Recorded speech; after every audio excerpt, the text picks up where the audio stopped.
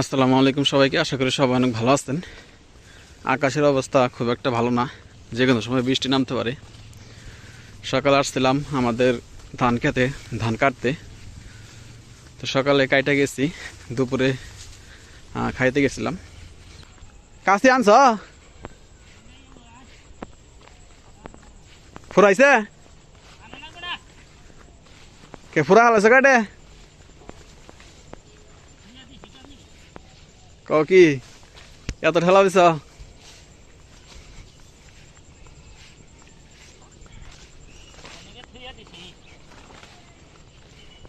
থিয়া দিতে এটুকা দাঁড়ান যায় হেই জুতা নিয়ে ভুল করলাম। কইছি জুতা থিয়ামু, আবার জুতা নিয়েছি। ধরো এই আরে কাম পরে করি নি, এত কাম করলে খাবো, এত কাম করলে খাবো কারা?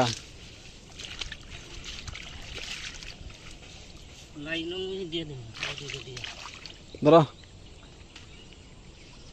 এই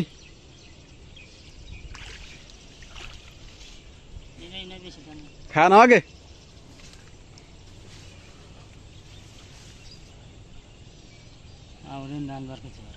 খাও,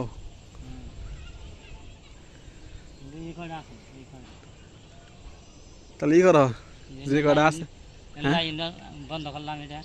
যে কটা আছে তাহলে তুমি কাটতে থাকো না, আমি ই করি জড়ো করি। হ্যাঁ কাইটা নু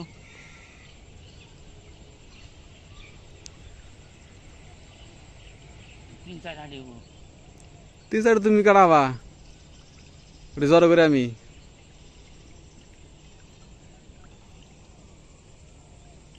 সাফাই দেন আপু।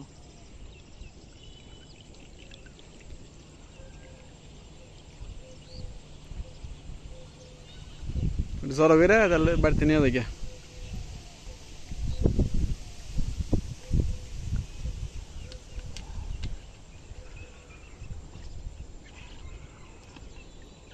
আমি মনে হয় আবো না, না আবার না, আমি তোমার কয়ে গেলাম নাইতেছি আমি নামাজ পড়ে আইব। আর পরাই দিই। হ্যাঁ তাহলে হাতটা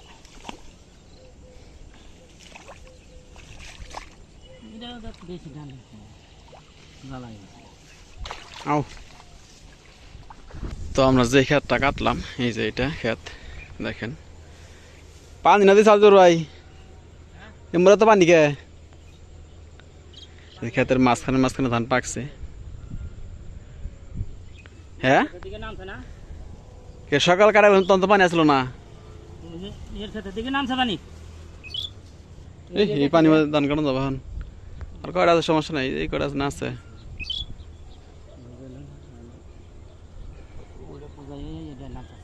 তুমি নামাই দিছ এই পানির মধ্যে ধান কাটানো যাবো এখন, শেষই তো হয়ে গেছে। আর আছে কয়টা, এই জন্যই তো কই যে আহে না খেয়ে এখনো আমার কারণ এই পানি থেকে আমি ধান নিয়ে ই করে আমো তাই কাছে দিই। এই এটা কাম করলাম জোর ভাই। হ্যাঁ খালি বাতরে তুল, বুঝা বার হবো না হন।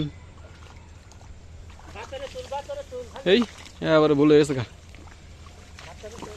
কিন্তু বুঝায় ডাবল বার হয়ে যাবো গা, পানির মধ্যে আড়ে গেছে গা ভিজে। নিয়ে যান নাকি কত দূরে?